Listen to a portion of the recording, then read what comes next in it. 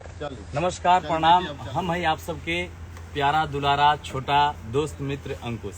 नमस्कार। और हम हैं आप सबके छोट भाई छोटा अनुज, आप सबके घर के बेटा राजा। और आज हमने दोनों भाई काफ़ी ही बहुत ही ज़्यादा खुश बानी जा। आप सबके पता बा, आप सब हमने के जीवन में इतना बड़ा अचीवमेंट दिले बानी। कुंवारे में गंगा नहिले बानी आज 500 मिलियन क्रॉस कर चुकल बाटे। तो एक खुशी पे हमार दोस्त मित्र के विशेष खुशी में वहाँ सब शामिल बानी जा। वहाँ सबके कहला पे केक कट रहा बा। आज एक्चुअली हम लोग आज शूट कर रहे हैं होली गीत का।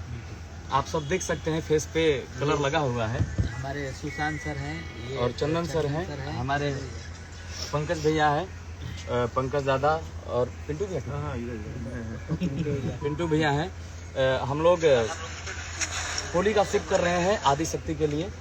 होली का गाना कर रहे हैं। बट हमारे जो दोस्त मित्र हैं ये बोले कि नहीं, फिर भी केक तो कटेगा, सेट पे ही कटेगा। क्योंकि हम लोग चाहते थे कि थोड़ा सा विलम्ब करके इस कार्यक्रम को किया जाए, क्योंकि इसमें हक सबका बनता है। जितने लोग काम किए हैं, जितने लोग वर्क किए हैं, और सारे लोग यहाँ पे हैं नहीं, इसमें योगदान जाता है शिल्पी राज जी को, बड़े भैया आर्या शर्मा जी को, बड़े भैया आर्यन देव जी को, जितने लोग इस गाने को लेकर के वर्क किए हैं। हम सबसे पहले सबका बहुत बहुत धन्यवाद देना चाहते हैं सबको, क्योंकि इतना बढ़िया काम किए आप लोग। और हमारी जो पब्लिक है इस चीज़ को इतने बढ़ चढ़ करके आशीर्वाद और प्यार दिया। तो इस चीज़ के लिए बस हम नतमस्तक हैं। ये प्यार आप सब हम दोनों भाइयों के जीवन में हर वक्त बनाए रखें। और एक चीज़ और बोलेंगे, जिस दिन ये गाना रिलीज हुआ 14 जनवरी को, और आज एक दिन कम है, आज 13 जनवरी है, 14 जनवरी को कुंवारे में गंगा नहिले बानी रिलीज हुआ। एक दिन कम बाटे और 500 मिलियन ये गाना हो चुकल बाटे। तो यह सोच के हमने कि दुल्हन बनाला 2 कल रिलीज करता नहीं जा, यानी 14 जनवरी के जो दिन राजा कुंवारे में गंगा नहिले बानी रिलीज भइल रहे, वही सेम डे पर हमने के रिलीज करता नहीं जा कुंवारे में दुल्हन बनाला 2। अब आप सब के ई बतावे में बहुत ही ज़्यादा खुशी हो रहा बा कि एक साथ ही आप सब इतना सारा प्यार आशीर्वाद देनी हमने दोनों भाई के। अभी हाल फिलहाल में कुंवारे में गंगा नहिले बानी, फिर बंगलिनिया गाना आयल रहा, कुंवारे में गंगा नहिले बानी 2, कमर लपकौआ, बचपन के प्यार गाना आप सब। ओकरा बाद अभी हाल फिलहाल में बहुत ही ज़्यादा प्यार आशीर्वाद आप सब देनी मिल रहा बा। खूब ज़्यादा गाना के दुल्हन बना ला। तो ये हमने के अंदर से बहुत एक्साइटेड बानी जा ये चीज़ के लेकर के हमने के दुल्हन बनाला 2 रिलीज कर रहा बानी जा। कल सुबह अंकुश ऑफिशियल से आप सब जरूर देखब। जौन गंगा नहिले बानी हमने के जीवन में इतना बड़ा अचीवमेंट दिले बानी, एक खातिर हमने दोनों भाई आप सबके बहुत बहुत नमस्कार करतनी जा। आप सब ये प्यार आशीर्वाद हमने के ऊपर सदैव बनिल रखे।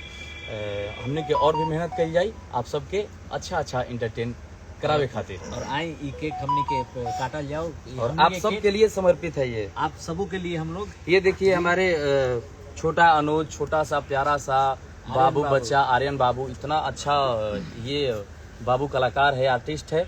और आज सेट पे हम इस बाबू को देखते थे इंस्टा पे, और आज हमारे वीडियो में काम भी कर रहे हैं आर्यन बाबू। इनको भी आप सब खूब सारा प्यार आशीर्वाद दीजिए, ढेर सारा प्यार दीजिए। और हम चाहेंगे कि ये केक हमारे भाई के हाथों से कटे, क्योंकि जब भाई का तबीयत खराब था, जब भाई का ऑपरेशन हुआ था, तो थोड़ा सा जिम्मेवारियां बढ़ गई थी हम पर कि भाई कैसे। लेकिन फिर भी बहुत थैंकफुल मैं हूँ भाई का कि ऑपरेशन हुआ था, लेकिन फिर भी धुन कंपोज हारमोनियम लेकर के अड़ा टेढ़ा बैठ करके फिर धुन कंपोज किया, लड़की का पार्ट बनाया। लेकिन हम तो धन्यवाद देना चाहते हैं, बहुत अच्छा। इसीलिए हम चाहेंगे कि ये केक भाई आप काटें। जब छोटा भाई का तबीयत खराब था तो बड़ा भाई अपना जिम्मेवारी इस तरीके से निभाया कि आप लोगों ने इस चीज़ को भोजपुरी के एक इतिहास में जोड़ दिया।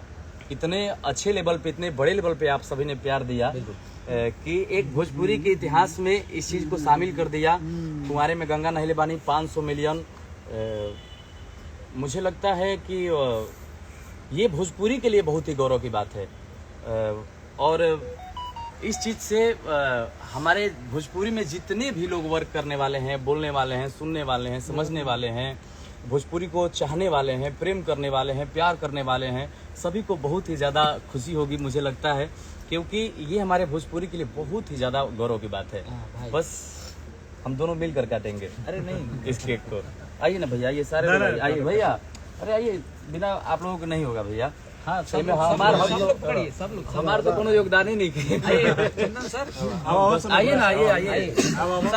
और जितने लोग नहीं आ पाए हैं, ये हड़बड़ी में एक्चुअली हम लोग कर रहे हैं, जितने लोग नहीं जुट पाए हैं, इस चीज के लिए हम लोग दिल से सॉरी बोलते हैं।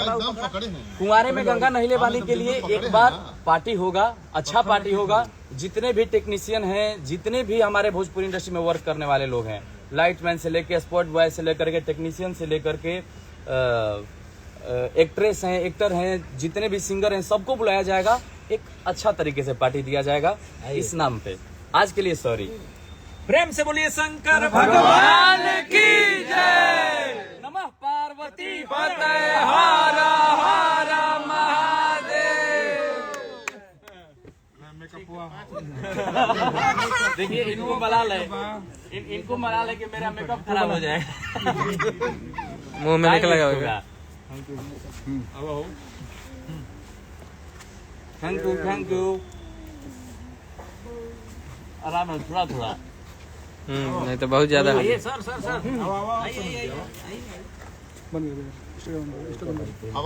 अनुज भैया क्या कहते हैं? हो गई एक फोटो ले लीजिएगा। कुछ बात नहीं। आओ सुनो भैया, आओ। आइए भैया, आपका भैया बंद कर। आइए, आते रहिए भैया। एक फोटो ले लीजिएगा भाई। एक लोग करके आते रहिए भैया। अरे, सोनू भैया किधर है? तनु भैया खाए हैं आप? सोनू भैया, आर्यन को खिला जाए भाई, छोटा भाई को। रुको, ये 2 मिनट तुम ये लो। ये लो। भाई आराम से गाल में मत लगेगा। आर्यन बाबू के पिताजी इधर आ जाइए। ये पोस्ट कर छोड़ो। क्या पोस्ट तो हो रहा है, ये लाइव चल रहा है। क्लोज कर दूं। आइए, इधर आइए। अच्छा, ये दूसरा चीज खा रहे हैं अभी।